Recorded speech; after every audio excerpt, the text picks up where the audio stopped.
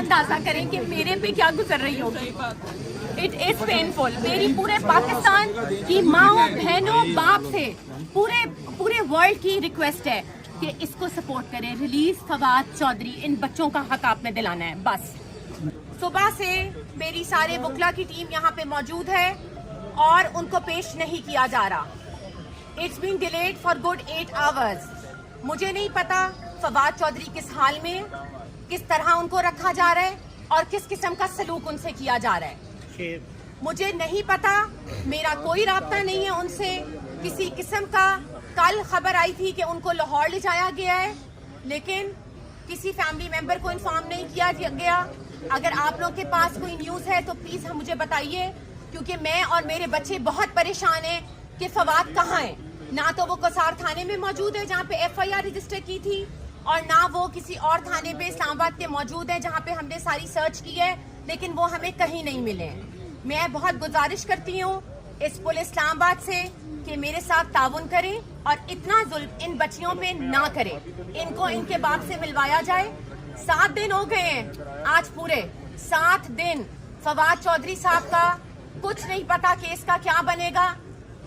DSP legal سے طلب کیا گیا ہے کہ ان کی رپورٹ طلب کریں. کوئی آنا یہاں پہ پسند نہیں کر رہا. مجھے یہ بتائیے کہ یہ کس طرح کا قانون ہے. میں اور میرے بچے اس ملک کے شہری ہیں. ہمیں کانسٹیٹیوشن میں رائٹ دیا گیا ہے کہ ہم لوگ وہ رائٹ یوز کریں, لیکن مجھے تو اس رائٹ سے محروم رکھا گیا ہے, میری دو بچیوں کو. مجھے آپ بتائیں کہ آج مجھے مجبور کیا گیا ہے کہ میں یہ تصویر ساتھ لے کے آؤں اور آپ لوگوں کو دکھاؤں کہ میری بچیاں کیسی ہیں اور کس حال میں ہیں. برائے کرم chief justice of Pakistan honourable prime minister of Pakistan Shehbaz Sharif صاحب اور جتنے بھی ہماری کیئر ٹیکر گورنمنٹس ہیں, پلیز اس میں انٹروین کریے. اور میں ان سے ریکویسٹ کرتی ہوں کہ ہمیں بتایا جائے کہ فواد چودھری کو کہاں رکھا گیا ہے. میری یہ اپیل ہے سارے میڈیا سے کہ پلیز آپ لوگوں نے ساتھ نہیں چھوڑنا جب تک ہم فواد کو رہا نہیں کرا لیتے. آپ اس طرح مجھے توڑ نہیں سکتے. میں یہاں کھڑی ہوں, آپ نے جتنا ظلم کرنا ہے آپ کریں میری بیٹیوں پہ اور میرے پہ. ہمارے ارادے, ہمارے جذبات نہیں کم ہوں گے بلکہ اور بڑھیں گے. Thank you. کوشچنس؟ آپ کے وکیل صاحب نے آپ کو بتایا کہ فواد اس وقت کہاں ہے, راستے میں؟ کسی کو کچھ نہیں پتا جی کہاں ہے. میں اپنی بات کروں گی, کسی کو کچھ نہیں پتا کہاں ہے. آئی تھنک بابر ایوان صاحب نے کانفرنس کیا, آپ لوگوں نے کور کیا ہے, لیکن مجھے کچھ نہیں پتا. 2 دن سے میں رابطے پہ ہوں. سیشن کورٹ نے کہا گیا کہ جی بچوں سے ملوایا جائے, بخشی خانے میں جائیے اور ملاقات کرائیے, لیکن نہیں ملوایا گیا. دہشت گردوں کی طرح کپڑا ڈال کے, ہتکڑی لگا کے ان کو یہاں سے لے جایا جاتا ہے. آج یہ نہ ہونے دیجیے گا پلیز. آج ہم سارے ایک کھڑے ہیں. آج فواد چودھری اور میرے ساتھ یہ ہو رہا ہے, کل کو یہ آپ لوگوں کے ساتھ بھی ہو سکتا ہے اگر آپ لوگ آواز اٹھائیں گے. آج آپ لوگوں نے کپڑا نہیں ڈالنے دینا. میری یہ پوری کی پوری جتنے بھی لوگ یہاں پہ آئے ہیں اور میری بہنوں ماؤں سے اسپیشلی ریکویسٹ ہے کہ پلیز آئیے اور ان بچیوں کو ان کا حق دلائیے. کپڑا نہیں آج آپ لوگوں نے ڈالنے دینا ان کے اوپر. یہ آپ لوگوں کی ذمہ داری ہے. میں آپ لوگوں سے یہ پوچھوں گی کہ یہ آپ لوگوں کا بھی رائٹ ہے کہ میرے ساتھ کھڑے ہوئے. میں نے تو 2-3 دفعہ کوشش کی, لیکن وہاں پہ اتنے دھکے دیتے ہیں پولیس والے کہ مشکل ہوتا ہے وہاں پہ مینج کرنا. لیکن کپڑا پارلیمنٹیرین ہے, وہ former federal minister for information and broadcasting ہے. ان کو لاکھوں لوگوں نے الیکٹ کیا ہے اپنے حلقے سے. وہ ایسے نہیں آ گئے کسی ریزرو سیٹ کے اوپر, یا وہ کسی نواز شریف کی بیٹی یا بیٹے نہیں ہیں کہ وہ جہازوں میں بیٹھ کے آئیں جس طرح ان کا استقبال کیا گیا. مریم صاحبہ کس عہدے کے تحت کیئر ٹیکر گورنمنٹ کے وسائل استعمال کر رہی ہیں؟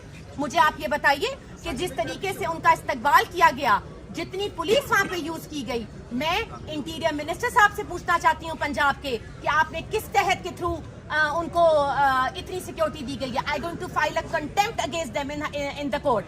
مجھے بتائیں آپ, یہ کوئی طریقہ ہے؟ اور آپ وہاں پہ ہمارے chairman, ex prime minister of Pakistan, سب سے بڑی ہماری پولیٹیکل وہ جو ہے یہ ہماری پارٹی ہے, اس کے چیئرمین کی آپ سیکیورٹیاں لے رہے ہیں. حملہ تک تو ہو گیا ان کے اوپر. میں کسی پارٹی کی سائڈ نہیں لے رہی ہوں, لیکن میں آپ کو فیکٹس بتا رہی ہوں کہ کیا کیا ہوا ہے. اور ان کی سیکیورٹی ہٹا کے آج پتا چلا ہے جی بنی گالا کی بھی سیکیورٹی ہٹا دی ہے. کوئی بات نہیں, وہاں پہ بندے کھڑے ہیں. میری کل چیئرمین صاحب سے ملاقات ہوئی ہے اور میں ان کی بہت بہت مشکور ہوں, پوری PTI ٹیم کی. जनरल सेक्रेटरी साहब की, असद उमर साहब की, शाह साहब की, जितने भी लोग वहाँ पे थे, उन्होंने जिस तरीके से मुझे इज्जत दी और फवाद की जगह पे मुझे बिठाया, ऐसा बहुत कम लोग इंसानियत के तहत करते हैं। इसीलिए उनकी इज्जत है, अवाम इसीलिए खान साहब की इज्जत करती है, इसलिए नहीं कि वो कोई करप्शन करके लिए हैं। घड़ी का मसला, कभी उसका मसला, लेकिन आप पहले हकूक तो दें, मुझे पहले मेरा राइट तो दें। आप आ गए गवर्नमेंट में, नून लीग और सारी हमारी इम्पोर्टेड गवर्नमेंट पीडीएम, मुझे तो राइट आप दिला दें। छोड़ दे फवाद चौधरी पीटीआई से बिलोंग करता है, छोड़ दे सारी बातें, लेकिन उसको राइट तो दिलाएं, मुझे राइट दिलाएं। मैं तो किसी पार्टी का नहीं हूँ हिस्सा, मैं तो दो बच्चों की बेटियों की माँ हूँ, मुझे राइट दिलाएं आप ना।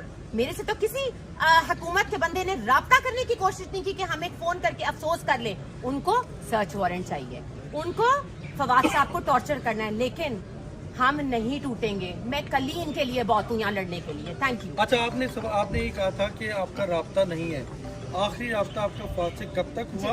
और दूसरा ये बताएगा, आज टाइम्स स्क्वायर न्यूयॉर्क में भी प्रोटेस्ट हो रहा है, उसकी बात क्या है? आज टाइम्स स्क्वायर न्यूयॉर्क में, परसों यूके में और बार्सिलोना में भी हुआ है। ये कैंपेन हमने नेशनल लेवल, हम वर्ल्ड वाइड ले गए हैं। और देखें, अगर फवाद साहब ने कोई जुर्म किया है, वो जरूर अदालत फैसला करे, लेकिन आप ये हथकंडे नहीं इस्तेमाल कर सकते कि जिस तरीके से उनको गायब किया गया। मैं तो इसको यही कहूंगी कि किधर है वो, मुझे बताइए कहाँ है वो। मुझे जवाब चाहिए प्राइम मिनिस्टर ऑफ पाकिस्तान कि मेरे हस्बैंड को कहाँ रखा गया है।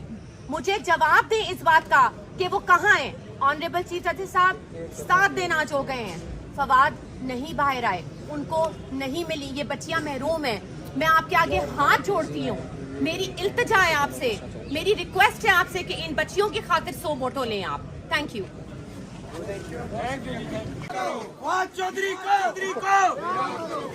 बदनीति है और एक टारगेट करना, और उनको बेसिकली ये समझते हैं कि इस किस्म की हरकतें करने से वो ब्रेक करेंगे।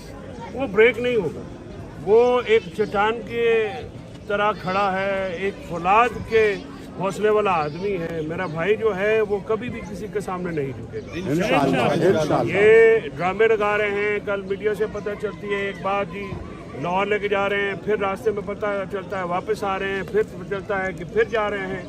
आज का फिर कोई पता नहीं है कि कल से वो किधर है, ना हमें कोई इत्ला है, ना हमारी कोई एक्सेस है। कल भी मैंने एप्लीकेशन दी थी जज साहब को कि तब भी मुआयना करा के जो है इसकी रिपोर्ट जमा कराया, अभी तक कोई रिपोर्ट नहीं आई है।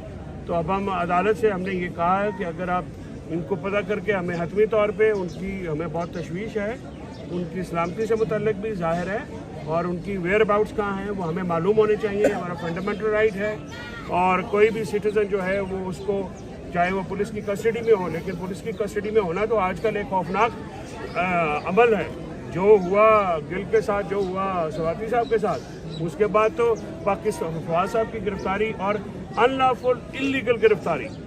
वकीलों को मैं आज ये मैं समझता हूँ कि मुल्क के वकील जो हैं आज वो खड़े हुए हैं, जो नहीं खड़े हुए हैं वो समझ लें कि कल भी उनकी भी बारी है। तो ये वकला को भी हथकड़ी लग गई, निज़ाम को भी हथकड़ी लग गई, बुनियादी हकूक़ को भी हथकड़ी लग गई।